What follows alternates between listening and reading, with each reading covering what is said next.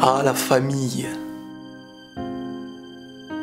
Avant même de naître qu'ils existaient, et avant même de penser, beaucoup d'eux pensaient à nous. Et c'est en grandissant qu'on se rend compte de l'importance de la famille. Comparable à la racine d'un arbre qu'elle fait grandir, elle fait partie de nous. La famille, c'est notre équilibre. Et vous savez comment on remarque son importance? C'est quand les choses vont mal, ou encore pire quand on la perd. Toute chose dont on ignore sa valeur nous le rappelle dans sa perte. Ou encore, quand ça se passe mal dans ta famille, même si tu t'en éloignes, t'auras l'illusion d'être heureux de loin, mais tu seras loin d'être heureux. Tes parents, tes frères et sœurs, qu'ils soient encore en vie ou pas, ils restent les tiens éternellement. Et de ce lien éternel, qu'est-ce qu'on en fait?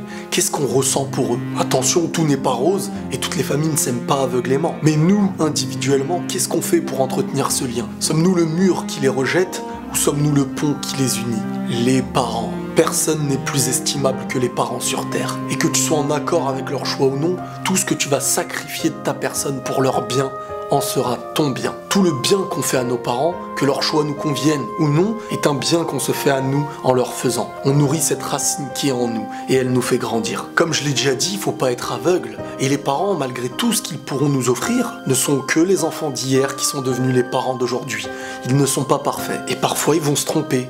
L'éducation qu'ils voudront te transmettre, tout ce qu'ils essaieront de t'apporter seront le meilleur à leurs yeux. Mais ce qui est du meilleur à leurs yeux peut parfois posséder des failles. Et de cet enseignement, peut-être qu'on aura l'intelligence, la patience, pour à nous aussi les éduquer dans leur éducation. Ils ont été patients envers nous pendant de longues années, à nous de l'être aujourd'hui. Et si on en ignore l'importance aujourd'hui, discutez avec ceux qui les ont perdus pour en connaître leur valeur. Et c'est pareil pour les frères et sœurs. Vous êtes dans le même panier depuis l'enfance, vous avez mangé à la même table. Mais le temps parfois fait qu'il existe des séparations. Mais gardez une optique en tête, le départ peut venir des autres, mais soyons toujours prêts pour accueillir leur retour, toujours ouverts à ça. Ne soyez jamais le mur qui empêche la fraternité d'exister, et peu importe toutes les différences que vous avez. Le bien sera toujours dans ce que vous avez soudé ensemble que dans ce que vous allez séparer. Vous ne faites pas les mêmes choix, mais vous avez le même sang, celui de vos parents, ce sang qu'ils ont fusionné pour en faire qu'un.